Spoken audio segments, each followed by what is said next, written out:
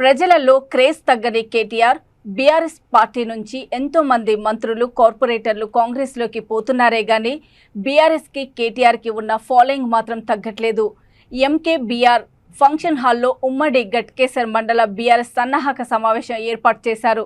ఈ కార్యక్రమానికి ముఖ్య అతిథిగా మాజీ మంత్రి BRS working president KTR, Medchal జిల్లా ఎమ్మెల్యే మల్లారెడ్డి హాజరై ప్రసంగించారు.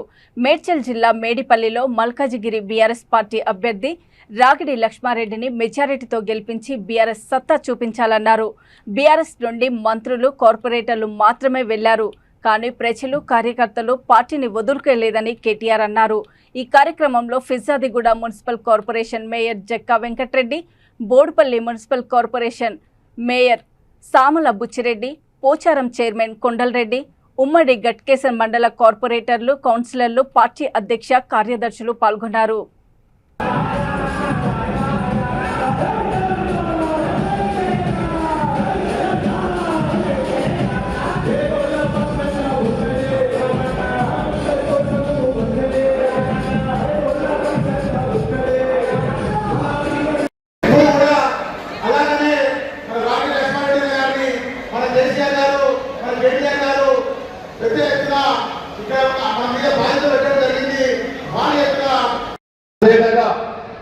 మన పార్లమెంట్ ఎంపీ అభ్యర్థి లక్ష్మారెడ్డి గారికి, వేదిక మేయర్లకు, చైర్మన్లకు, అదేవిధంగా కౌన్సిలర్ కార్పొరేటర్లకు, వేదిక కుటుంబ సభ్యులకు అందరికీ, వేదిక ఉన్న బీఆర్ఎస్ పార్టీ కుటుంబ సభ్యులకు అందరికీ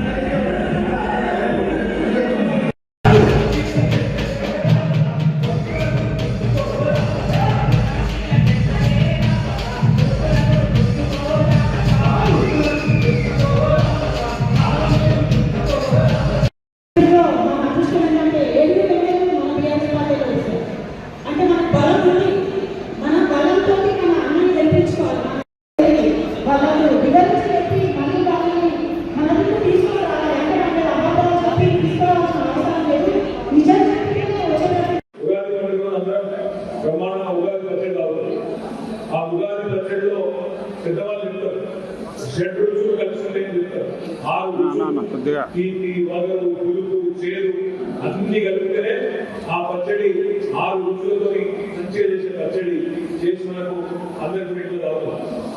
ఎందుకు అయిపోతుంది ఉగాది పచ్చడి? ఎందుకంటే జీవితం కూడా అట్లనే కొన్ని ఎత్తులు, పల్లాలు, కొన్ని చేదు అనుభవాలు, కొన్ని తీయటి అనుభవాలు రకరకాలు ఉంటాయి. అన్నింటికి ప్రిపేర్ అయ్యి చెప్తారు. ఇక్కడికి వచ్చినాక మల్లారెడ్డి గారు, వెంకటరెడ్డి గారు మిగతా చెప్తా ఉన్నారు.